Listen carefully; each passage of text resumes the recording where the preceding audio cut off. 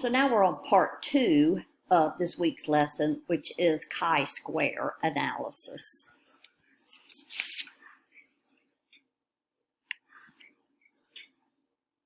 Chi-square test helps us answer the questions that you see above by comparing the observed frequencies that we might expect to obtain, and these frequencies are obtained purely by chance.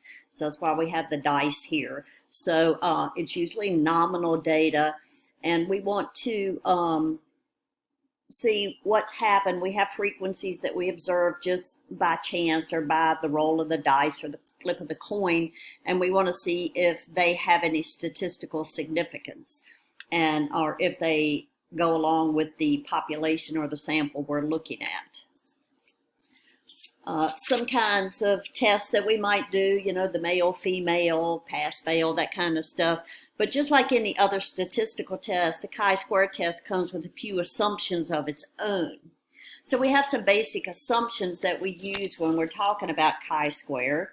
First of all, we assume that the data for this study is gotten through random selection, like we've talked about, that they're picked from a population. The categories are usually mutually exclusive. You can only fit in one category or the other. You can't fit in more than one category. The number of people who lunched in your restaurant on a Monday can't be filled in with Tuesday's category. The data should be in the form of frequencies or counts of a particular category, not percentages. This data here does not have paired samples or groups that we say all of the observations are independent of the others. If 20% of the expected frequencies have a value of less than 5, then it's kind of tough to use a chi-square. So you have to reorganize your categories. So when we talk about variables, we talk about categorical variables, and you'll see there's two main categories of these. You have your nominal variables, which it has no natural order to it. You know, it can just be written any way you want to. Blue eyes, brown eyes, green eyes, male, female, transgender, married, single, divorced, widow. An ordinal variable, though, is one that goes in a particular order. So usually it goes on a continuing scale. So you have excellent, very good, good, average, bad, and so on. So let's talk about an example of doing a chi-square. So a scholar, he's interested in what's the relationship between the placement of students in statistics department and their cumulative GPA or their final assessment score.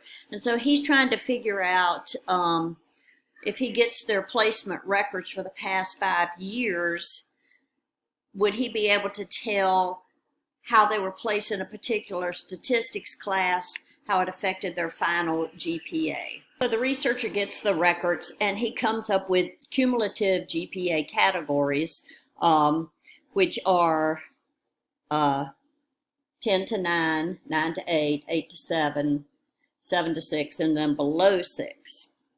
That really should be a little different. But so you see that this is the actual observed frequency, and this is what he expected. So he expected, all things being equal, that everyone would be equally placed across the continuum. So what he's trying to figure out is if there's no relationship between the placement rate and their cumulative GPA, then the placed students should be equally spread across the different GPAs. So there should be similar numbers of students in each of these categories. However, if students having a GPA of more than 8 are more likely to get placed, then there would be a large number of placed students in the higher GPA categories as compared to the lower ones. In this case, the data collected would make up the observed frequency. So we have the expected and the observed frequencies. So the question we want to ask is, are these frequencies being observed by chance, or do they follow some pattern? So this is where we bring in the chi-square test. The chi-square test helps us answer the question by comparing the observed frequencies to the frequencies that we have found through the testing. So we use this test to find the observed value of a given event, and we see that it's slightly different than the expected value of this event. In this case, we have categorical data for one independent variable, and we want to check whether the distribution of this data is similar or if it's different from that of the expected distribution. So the research scholar was interested in the relationship between the placement of students in the statistics department and their cumulative GPA. So we have the categories listed. The question here that we want to ask is whether or not the observed frequencies of placed students are equally distributed for different cumulative GPAs, so that our theoretical frequency distribution contains the same number of students. So we arrange this data in what we call a contingency table or a matrix, which consists of both the observed and the expected values. And then we have this lovely formula, because I know how much everybody loves math formulas. So after we get this table done, we want to compute the value of the chi-square statistic. This right here stands for the chi-square value. This is the sum of, and this is your observed frequency minus your expected frequency. So what we do is we subtract each expected frequency from its related observed frequency. For example, in category 10 through 9, it would be 30 minus 20 equals 10, and you do that for all of them. Then you square each value. For example, the answer is 10, so that becomes 100 for the first category. You divide all the values obtained in step 2 by the related expected frequencies. So again, in the category 10 to 9, the value obtained in step 2 is 100. On dividing it with the related expected frequency, which is 20, it becomes 5. And you do that for every one of the values in your categories. You add all the values in step 3 to get the chi-square value. In this case, for this particular instance, the chi-square comes out to be 32.5. So once we figured out the chi-square value, the next thing we need to do is compare it with the critical chi-square value.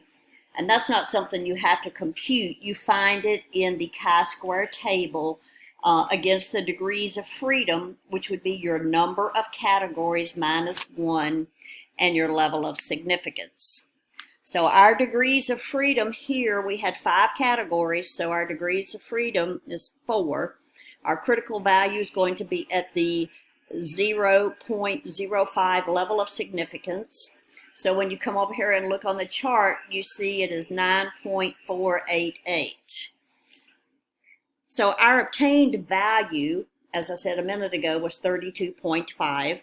So it is much larger than the critical value of 9.49.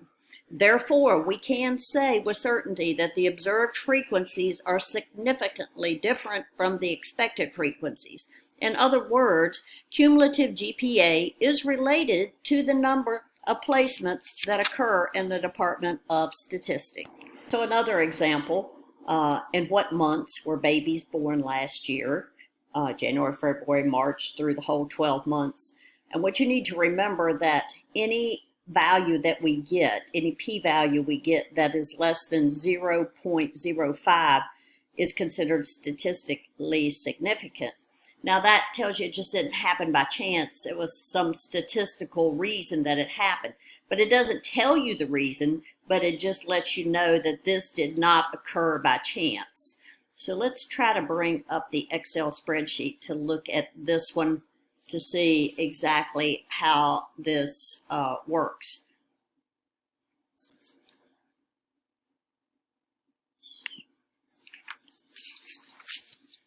So we have the months, and we have the actual and the expected for the babies. So you see that we thought, we just came up with a number. We decided that the expected would be this particular number for every month. I don't know how you're going to have 38.5 0.16667 babies, but that's the number that we chose. And then you see the list of actual ones we have. To find the p-value, what we want to do is enter a formula. So we put enter, and you can come up here and hit the f of x because it gives you a list of formulas.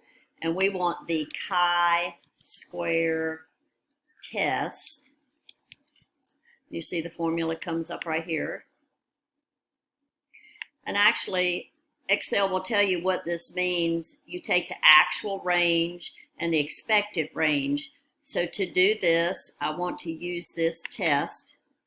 So my actual range or my array, and like I said, you can click on this to go to it. No, sometimes it doesn't want to. My actual, so I'm going to choose these. My expected is this array. And then that's all I have to do. And you see the answer is already right here, but once you click done, it puts it in your spreadsheet for you. So there's your p-value, that is 2.224. So if we want to determine the significance of a chi-square analysis, the first thing we do is set up the matrix, and we calculate the chi-square. We determine the degrees of freedom. We determine if it's a one-tailed, which is a positive prediction, or a two-tailed, which is no difference or a null prediction. So how do you really try to figure this out? It's a matter of deciphering the problem and picking out the important piece of information. You're basically looking for keywords such as equals, more than, or less than. So let me give you some examples to think about to see if it's one-tailed or two-tailed. A government official claims that the dropout rate for local schools is 25%. Last year, 190 out of 603 students dropped out. Is there enough evidence to reject the government official's claim? So if you reread that and rephrase it so it sounds more like an equation, he said the dropout rate for local schools is 25%. So dropout rate equals 25%. So is that a one-tailed or a two-tailed? If it has an equal sign, it is a two-tailed test. Let's look at the next question. A government official claims that the dropout rate for schools is less than 25%. Last year, 190 out of the 603 dropped out, same as before. Rephrase the question to make it an equation. We said dropout rate for local schools is less than 25%.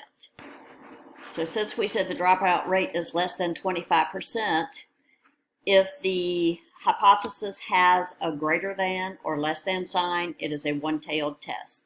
Last one, a government official claims dropout rate for schools is greater than 25%. Change it into an equation. Dropout rate greater than 25%. If it has a less than or greater than in the equation, it is a one-tailed test. So once we figured out whether we're one-tailed or two-tailed, then we're going to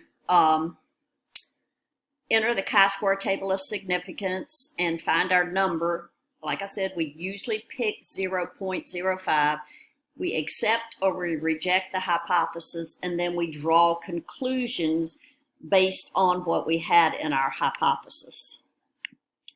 So here is the lovely manual equation for doing that, which I'm sure all of you want to rush right out and do.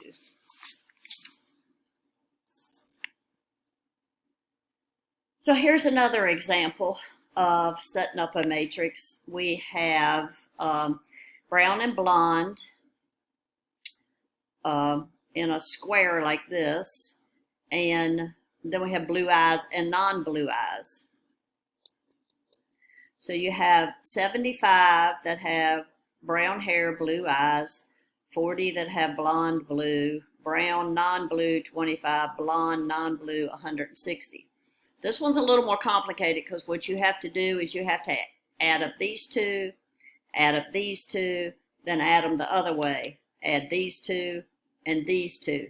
Then you substitute all that into the formula and solve. So there again is our lovely formula where you've added everything together. To figure the degrees of freedom, you use the following formula on the screen, where R equals the number of rows that you have and C equals the number of columns. So in our case, we had 2 rows and 2 columns, and you subtract those, then multiply, so that is 1 times 1 is 1. Now let's do this in Excel. Again, you transfer your information over to Excel. So we have the information from the previous slide where it shows you have brown with blue eyes 75, blonde with blue eyes 40, brown non-blue, and so on. The expected values are the only new part that we didn't have on the slide over there. So we have expected values of 60 for people with blue eyes and 90 for people with non-blue. So we're going to do the same test over here to find our p-value. So we're going to come over here and calculate our p-value. So we're going to say equals, and we're going to do the same test that we did before. And we want the actual, which is the range or the array. So we do this for that. And then the expected range or array is the 60s and the 90s. And once you have those, you just press enter and you get your answer of 3.9413. That's e to the negative 26. So that's actually a very small. So that pretty much sums up how to do the chi-square in Excel. It's pretty easy and pretty straightforward.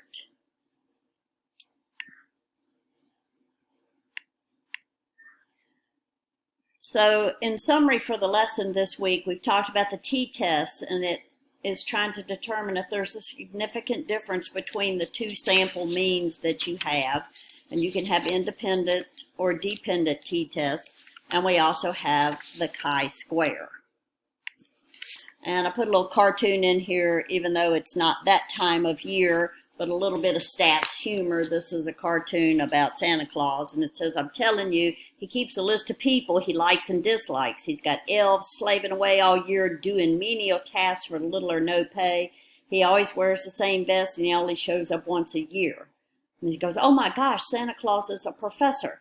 Said, ho, ho, ho, which is the H for hypothesis and the 0 for null. It's the null hypothesis. So that's just one of those PhD comics that are a little bit sad, but we have to have what little joy we can have in life. I included all of the resources that I could find, and I will also include a resource on how to install the data analysis in this week's lesson. But these are some different things that you can look at that might help you if you get stumped on something. This last one is a pretty good YouTube video to watch, but once he gets to 8 minutes, you can stop it because he starts talking about biology, which we're not worried about. But just remember, as always, if you have questions or you need some help with something, give me a call. If I don't answer my phone, leave me a voicemail because I really don't know your cell phone number. So sometimes I'm in a meeting or somewhere I can't answer, but I will answer and get back to you as soon as I can. Thank you.